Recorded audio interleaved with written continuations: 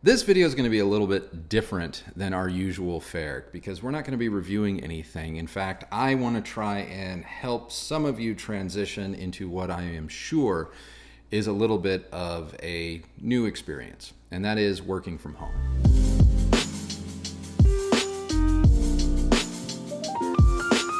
I have been working from home for the better part of 10 years, and I too found myself working from home not by choice.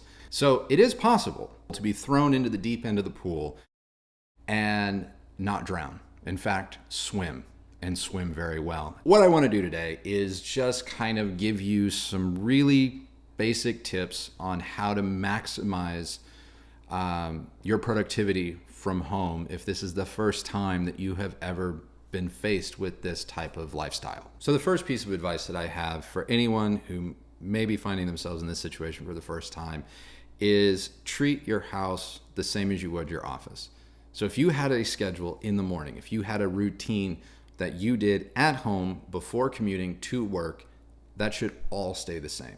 And I know that sounds ridiculous. I know it does. I know because you don't have a commute. Maybe you don't have to get ready so that, no one's going to see you now. For the sake of your sanity and your well-being, keep the same schedule, keep the same regimen that you did when you used to go to work. That means if you woke up at 7, jumped in the shower, took a shower, brushed your teeth, brushed your hair, put on makeup, shaved, whatever it is, do all of those same things. And even put on real clothes. I mean it, put on real clothes. I know it's gonna be real tempting to wear those basketball shorts from high school or yoga pants all day, or maybe not even get out of your pajamas.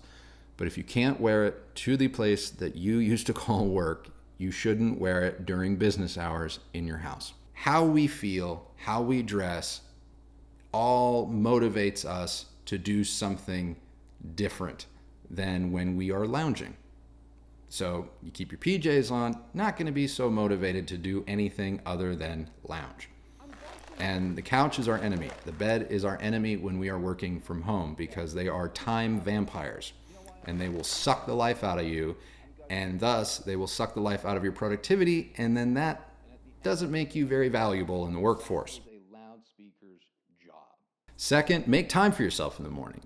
If you're used to making breakfast, if you're used to making coffee, if you're used to maybe catching up, reading an article in the news or something like that, still do that. Still do that. We are not trying to institute too much change. The change is the environment. The change is the situation. Everything else we're trying to keep as similar to the same as possible because that's going to be the best for up here. Too much craziness messes up here. We're trying to keep this straight.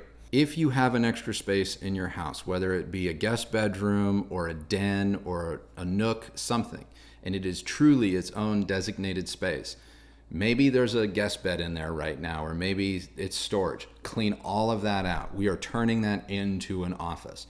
We need it to be purpose-built, and if you share a space, either with a significant other and children, everyone needs to understand that that is now the office. That is work. That is a place of business. And you want that place of business to be as professional as possible. This means keeping clutter to a minimum, outfitting it the same as you would to the best of your ability as if you were at a job. For me, this meant getting a purpose-built desk, a desk that is tailored to being productive and productivity. The point is that you need to devise a space, allocate a space, or allocate a portion of a space in your home that is now your office. Keep it purposeful and fill it with the things that you need to do your job, and then get rid of everything that could possibly be a distraction. If you don't have an extra room or a corner of a room, and let's just say your kitchen table or the kitchen counter bar area, that's got to be your office. Then for you, it's going to be a little bit more mental. Like you just have to plug in and realize like this is work. You don't want to work from your couch. I know it sounds sexy, doesn't it? It sounds so nice. Like, ooh, I want to work from the couch. You do not want to do that. Worse than your couch, work from your bed. Because your mind is trained to look at the sofa for one thing and one thing only, and it ain't work. And right now, when you're kind of your own boss and you are responsible for your own actions for maybe the first time in your adult professional career, we don't want to succumb to the time vampire that is the couch. We definitely do not want to get sucked back into bed. Do the organization how you are most productive. But keep in mind that you may not be now operating on purpose-built furniture. You may not have all of the same things. So we want to keep things as ergonomic as possible. So if you have a laptop and you're not used to working off a laptop, but you find yourself doing that, make sure that you either get that laptop up off the ground, or if you can't do that, if you don't have either a standing or sit stand type of thing or a platform to raise your computer up, then make sure you stand at times. You know, if you have an Apple Watch, I know it tells you, you need to stand, you need to breathe. But if you don't have that, set a timer.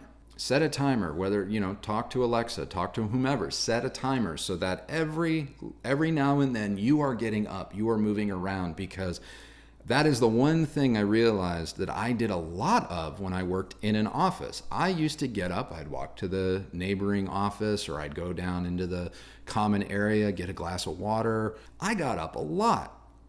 When I started working from home, I never got off my ass. And I became very unhealthy that way. And so we do want to be productive, but we do also want to make sure that we are getting up and we are moving. Whatever your work schedule is, 9 to 5, 9 to 4, 8 to 4, whatever it is, adhere to it. You have the same business hours in your house. You do. And when you're done, you're done. You're done. So if you're used to getting off of work at 5 o'clock, guess what? It's 5 o'clock in your house, you're off of work. You're off of work. And at that point, that's when all of your devices can go back to being for fun.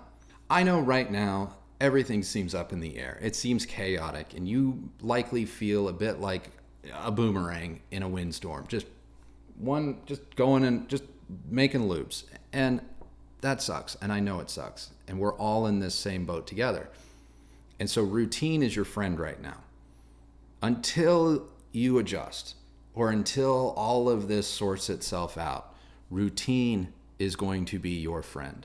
Because routine is not only going to keep you productive and keep you moving forward, but it's going to keep you occupied and it's going to keep you healthy. And that's what's most important. Because even if you found yourself working from home and none of this other nonsense and craziness and sky is falling stuff was happening, we still want to be healthy. We want to be healthy here, and we want to be healthy here. And anytime you're adapting to new surroundings or a new situation, routine is your friend. That is our video today. I know it's a little bit different than what we normally do around here, but I've been working from home for a decade, and I just kind of thought maybe this will help some of you out. But if I've left anything out, or if you yourself have been working from home prior to the events that are affecting the world, and you have some tips and tricks you'd like to share with the community, please leave them down in the comments below, because honestly, you don't know who you might be helping or even saving right now. So let's get through it together, everyone. Thank you so much for watching, and until next time, be well. Be well, be safe, take care of yourselves and your families, and we'll see you on the next video.